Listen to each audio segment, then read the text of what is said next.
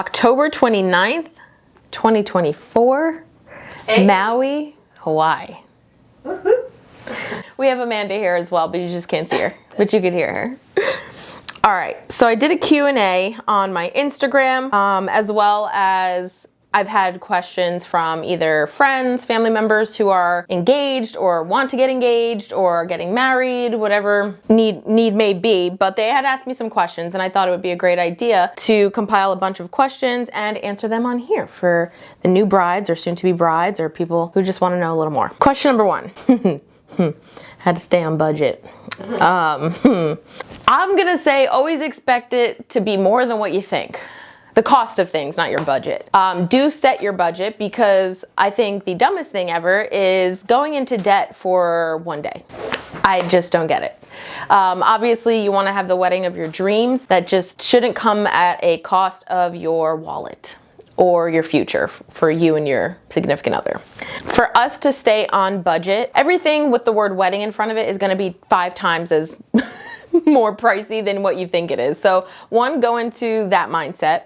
2, I would recommend focusing on the things that mean the most to you. So for Grant and I, the the placemats, the forks, like the flowers, like those things to me, I was like, okay. What is important to me? The ambiance. So the lighting has to be a mood, has to be a vibe. The music, 100%. And then the details. I feel like big, grand weddings are nice, but they have no details. Yeah, they have no like sentimental details, right? So for us, we focused on the lighting that we're gonna have, lighting on the table, as well as overhead hanging lighting. What else was it? It's gonna be so beautiful. Oh, and also where you're, okay, so I'm a little biased because it's in Hawaii and I could have had it in the middle of the street and it still would have been beautiful because it's Hawaii. So when you pick somewhere with a beautiful landscape, the less you have to do decor wise, because it's beautiful. Like, how are you gonna make something so beautiful, even more beautiful? You can't. So really play off of what you have at your venue and use that to your advantage. So that's question number 1. Question number 2, how are you going to soak it in during and after? The number 1 thing brides have told me was the day goes by so fast and I felt like I didn't spend any time with my partner,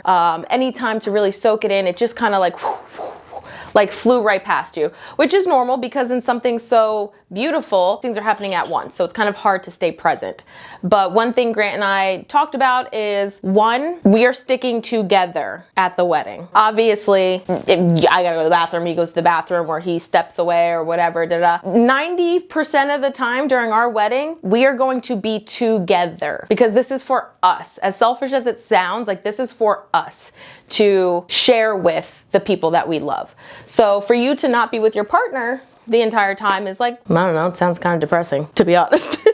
Like, we want to enjoy this with the people that we love. And I don't think that's selfish. I feel like that should be like a normal thing. It should, yeah, and people are gonna pull you. They're gonna, friends and family, and that is totally fine, but we go together. So if someone wants to pull a picture or someone wants to talk or whatever, we're gonna go together and do that together, because as short of a time it is, it is 24 hours, but, well, the wedding isn't 24 hours, but the day is 24 hours, it's still never gonna be enough, right? So spend as much time during and after with your partner. Even some people after, after the ceremony. I know, like my cousin, after her ceremony, her and her husband went to a private room. It was like at a hotel, or like, the venues with a hotel.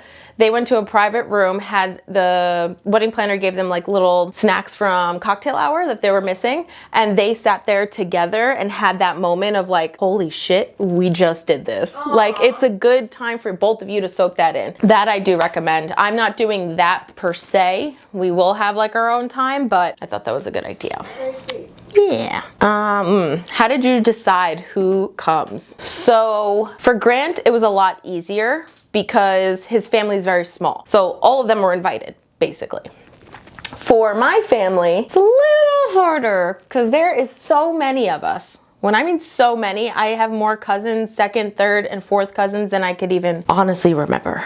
So what I did was I stuck with, obviously, immediates, mom, dad, grandma, my brother, my first aunts and uncles, and my first cousins. I started with that because right then and there, that's a lot. Then we also, because, you know, keep in mind, budget, it costs to have people there. You pay for that person to come. You pay for their plate, you pay for their meal, you pay for their drinking all night, unless you don't have a, you know, paid bar. But we had to keep that in mind to stay in budget or on budget. So after the people who RSVP'd, who were our, I guess you could say, first string people, they did or they didn't or can't come, then we said, okay, we would like to now invite blah, blah, blah, blah. Because the list could have been hundreds and hundreds of people, but we're not paying for hundreds and hundreds of people to come. We'd go broke. So, and again, it was nothing against family. It was nothing, and people will take it personal. It is up to you to not take that to heart. They still love you. I still love them. You know what I mean? So they can't come. You didn't invite them. C'est la vie. Life goes on. Next summer, though, we are going to go to a park and have all the family just come and meet. Everyone's going to bring a dish. It's going to be very informal, but we're going to celebrate the wedding then with people who couldn't be there then. So they could still, you know, they still have their moment because everyone wants to be a part of that day. If they want to, you know, they want to be there. And unfortunately, in this economy, not everyone can be there. My dress. I see... And again, nothing against the brides that do this, but they spend thousands upon thousands upon thousands of dollars on a dress for that couple hours. I cannot fathom spending thousands of dollars on a dress in general. Like, I just can't fathom that. So yes, I did go dress shopping. I honestly only went to 2 places. I already had an idea of what I wanted in my head. Again, when you do go dress shopping and you do have an inspo of what you like or what you don't like, be very open to that, because what you like and you try it on may not look good on you. So be open, tell the person who's helping you out or grabbing the dresses, this is what I like, but I'm open to trying on whatever you recommend because they know best. So that's first and foremost. Second, when I saw the dress that I wanted, I put it on and I loved it from the minute I put it on. The price of it was a little higher than what I was going for, but which ironically enough was the lowest and cheapest dress in that store. So I already knew if I was gonna pay that amount, I would still need hundreds of dollars to get alterations. I am 5 foot. The train was like to the next room. So I would have to spend at least $500 in alterations. So that, bumps up the price of the dress. Not willing to do that. So luckily through my village of people in my life, one of them knows a seamstress and she does very like high-end seamstress. That makes sense. Seamstresses size. Where? People who make the dresses. I found out the cost of the fabric.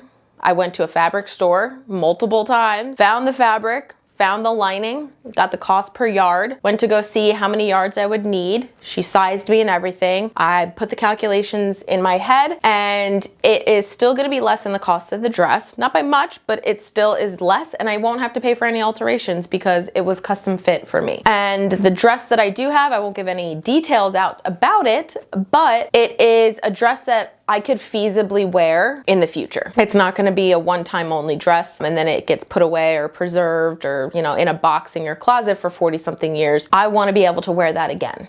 So I chose a dress that did so.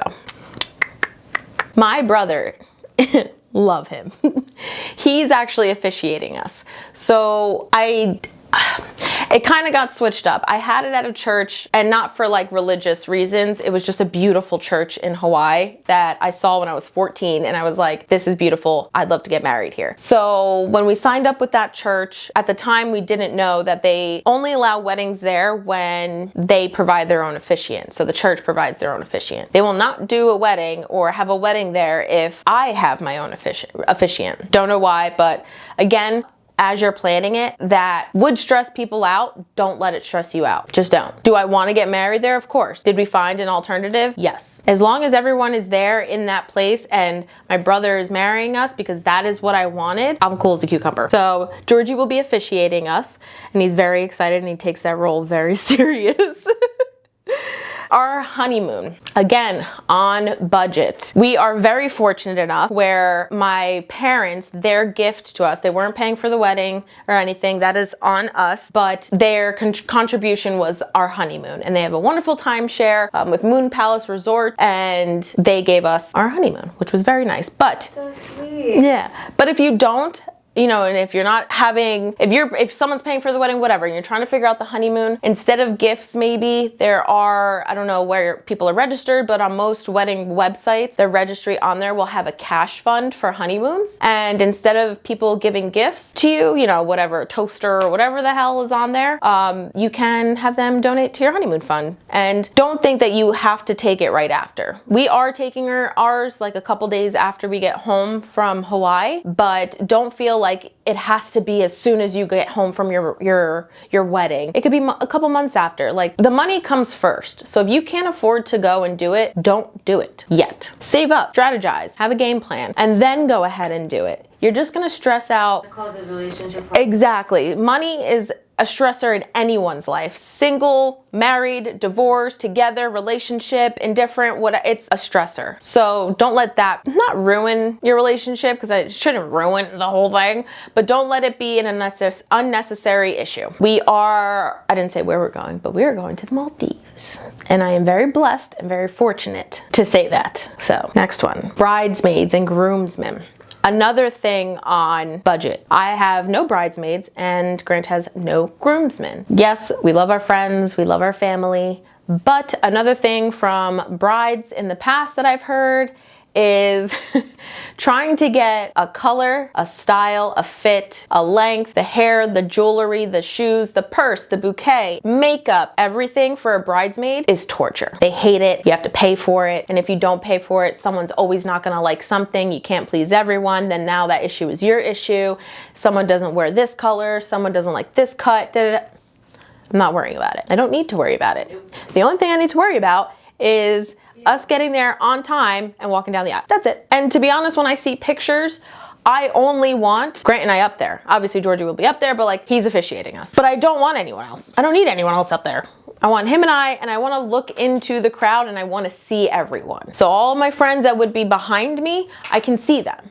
And I would prefer that, honestly, than them just behind me looking at the back of my head. Overconsumption. Now, obviously, I have liked a lot of bride wedding things on Instagram, TikTok, the whole nine. And it's easy to get sucked in and think that you need all these things. You need to prep your hair and your skin 7 months before the wedding. You need to get these expensive either facials or hair treatments or body treatments or whatever need may be. And if you want to do that, that is your prerogative. Just figure out which one means the most to you and you do that one. It gets expensive. The wedding in itself is already very expensive. If you can't budget all those things, whether that's hair, that's facials, that's massages or body, whatever is out there, don't think that you're gonna show up ugly, because you're not. You'll be perfectly fine. You'll look beautiful. If you can afford it, great. If not, great. Just don't think and don't get sucked into the internet's overconsumption of that and making you think that you need that when you don't. This kind of ties in with a previous one, but people are going to give you their opinions, whether you ask them or not. They are going to tell you what you should do, tell you what you shouldn't do. Oh, why did you do this? Or I want you to invite my best friend twice removed from my uncle's side. Or like, first of all, not their wedding. It's a little easier for me because I'm so set in my ways where if I want to do something, I'm going to do it. And if I don't want to do it, no one's convincing me to. But for people who aren't like that, understand that this is your day and whoever you're marrying. That is it. Simple as that. Because when you start to please other people and then the day comes and you see those things that you agreed to but you didn't really want them there, you're not going to be happy. And that day should only be about that. So let them, whatever else their opinions are, and let it go right out the other side. Cool. Thank you. But do whatever you want to do, because most of us only get one shot at that. So you don't want to do it for other people. You want to do it for yourself. Traditions. There's a couple things that are untraditional, if you would call it, in my wedding. Again, no bridesmaids, no groomsmen. Both of my parents are walking me down the aisle, not just my dad. And although I think I have been blessed with some of the best parents in the world, you know, I spoke to them and I said, I want both of you to walk me down the aisle, because not only did my dad raise me, my mom raised me as well. And in a wedding, the mother doesn't really have much time, right? The dad walks you down the aisle. You have a first dance with your dad, all these things, but nothing for the mom. And it's like, she's involved in this too. And if you don't have that, that is fine. But I am saying in this situation, I wanted both of them to walk me down the aisle because it was both of them that raised me. And my dad, you know, obviously my dad is gonna do whatever I end up telling him to do. Love that man. But he was like, oh man. It was like, I always felt like that was gonna be my honor to give you away. Never once did he tell me, no, your mom can't walk you down the aisle, da da da. He did voice his opinion about it. I respected it. And then I'm still doing what I want to do. I love him. He loves me. No hard feelings. But that's what I wanted, and that's what's gonna happen. And you get more respect that way. Yeah, and I found out it's actually a Jewish tradition for the mom and dad to walk you down. Interesting. So Grant's half Jewish, so there you go. Mazel. Mazel tov. What other stuff are we? I don't think I'm doing the whole something blue, something borrowed, something old, something, I just, whatever. I don't really care. If someone's giving me something that's old, great, I'll take it, I'll put it on something, but I'm not going out of my way to find all those things, to be honest. I am not doing a bouquet toss. I find them very cheesy and I don't really care. Not doing that. I'm not doing a garter thing. I don't even know what you call that. That's so weird to me. It's so awkward. I am not having Grant up my dress and looking over and seeing my 80-something-year-old grandma. Yeah, that part's also awkward. Like, I can't do that. It's also awkward when they make the two who caught the opposite, like the thing. That's so weird. Like, why? Like, no. Why And are they doing it being such a small wedding, the chances of it being people like that are like related to each other is just weird. Ew, yeah, It's not something I want to do. So I'm not doing that. I don't even know what other traditions are there, but there's a couple things that I'm not doing that is quote unquote traditional. Another thing I don't like is I don't view it as my dad giving me away to another man. Like that to me, I'm not a piece of property. So I am still my dad's daughter. I am still his number one. So when he walks me down the aisle and hands, like literally gives my hand to Grant and Grant helps me up and I stand there, I'm not viewing that as him giving me away. I just find that so possessive and it's weird to me. We're all just becoming one. Like, and it's hard to describe because we've been together for 10 years. And if you ask him, like in our minds, we're already married. So I don't feel any different of like he's another son to my dad. I am another daughter to his parents. This is already done and done with. Like, so for him to, it's just my parents walking me down and me walking up the aisle. I don't think it's my dad giving me away. And like, what, you're never gonna see me again? Like, I'll see you tomorrow. It's just weird. It's just that whole thing of like, I don't know. It's just very weird to me. All right, last question. And I saved the best for last because it's about babies. So you will always have people, how do I word this? Reaching for the next thing, right? So Grant and I date, I think we were at 7 years when he proposed. So before he proposed, oh, when are you guys gonna get proposed? When are you gonna get engaged? Da, da, da. Then we got engaged. When is the marriage? When is the wedding? Da, da, da. Do you know where it's gonna be? Do you know da, da, da? Then we get a date set and where it is, and it's literally in 4 months. Oh my God, you guys gonna have babies and da da da. So like, it's nice that people are excited and we appreciate that, but we're not rushing the moments. I just had my bridal shower and yeah, it did go by like at a blink of an eye, but I really tried to be present in it because I wanted to remember every moment. I wasn't thinking about the wedding. I mean, well, obviously, because that's the reason why we're there, but I'm thinking about my bridal shower right now. That's it. I'm here. I'm enjoying it. I'm watching people talk. I'm listening to the music. I'm eating the food. I'm drinking the drinks. Like, I'm in that moment. When the wedding is there, I am in that moment.